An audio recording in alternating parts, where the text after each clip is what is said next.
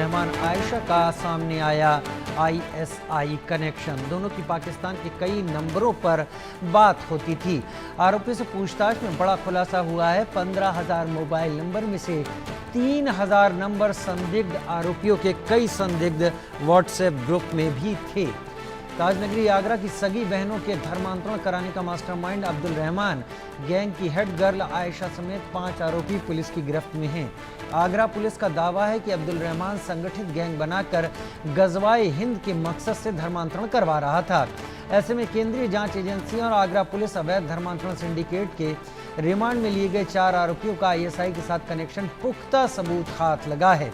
साथ ही इनके खिलाफ ईडी को विदेशों से आ रही फंडिंग को लेकर, क्रिप्टो करेंसी और डॉलर को लेकर बड़े सुराग मिले हैं।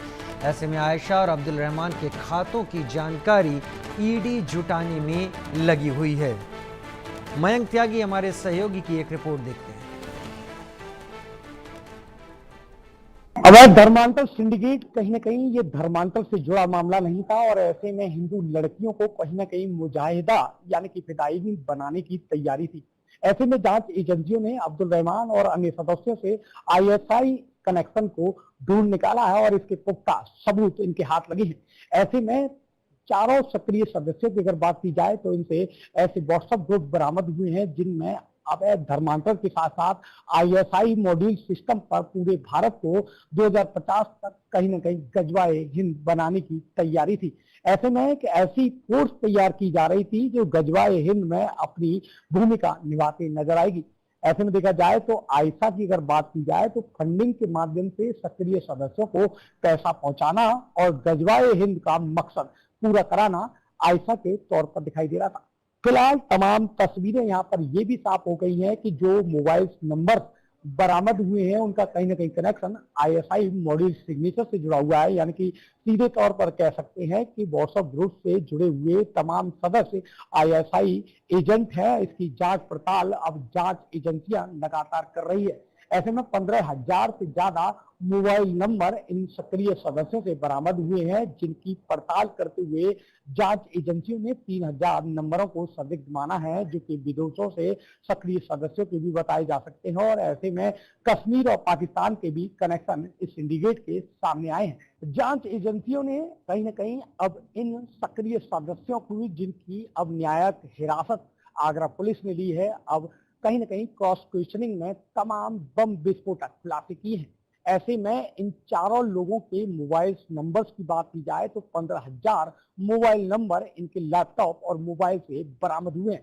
ऐसे में अब्दुल रहमान का आईएसआई कनेक्शन और आयशा का कितने सक्रिय सदस्यों को फंडिंग की जा रही थी और ऐसे में रहमान कुरैशी देखा जाए तो किन किन लोगों के माध्यम से इस पर फंडिंग ले रहा था, किन लोगों का ब्रेन वॉश किया गया, ये लगभग 3,000 नंबरों की अब सर्विलांस और साइबर टीम के माध्यम से कहीं ना कहीं ये पता लगाने का प्रयास किया जा रहा था कि ये नंबर देश भर में कौन कौन सक्रिय सदस्य संचालित कर रहे थे।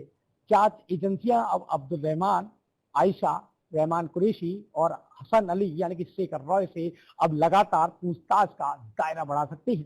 ऐसे में इन लोगों के मोबाइल और व्हाट्सएप पे कुछ व्हाट्सएप ग्रुप मिले हैं जिनमें सीधे तौर पर फिदायीन मुजाहिदा और कहीं ना कहीं देश को गजवाए हिंद बनाने की तैयारी की जा रही थी। इन व्हाट्सएप ग्रुप की बात की जाए तो रिवर्ट मुस्लिम, रिवर्टी इमाम और कहीं ना कहीं देखा जाए तो रिवर्ट टू इस्लाम जैसे व्हाट्सएप ग्रुप इसमें शामिल है, जिसके एडमिन के तौर पर आईएसआई एजेंट्स और पाकिस्तान हैंडलर की एडमिन होने की पुख्ता सबूत जो है जांच एजेंसियों के हाथ लगे हैं।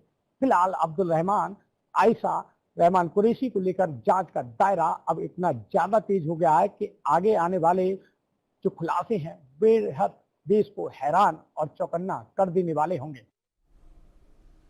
संजय सिंह मेरे सहयोगी आगरा से मेरे साथ ज्यादा जानकारी के साथ इस वक्त जुड़ गए हैं। संजय, केवल इतना ही नहीं, हम आपसे रोज बात कर रहे हैं और रोज कुछ ऐसा पता चल रहा है जिसमें कि ये मामला पूरे देश का एक सबसे बड़ा धर्मांतरण का मामला बनता जा रहा है। मुझे तो ऐसा लग रहा है कि बलरामपुर के छांगुर उर्फ जमालुद्दीन से भी बड़ा मामला निकलता दिख रहा है।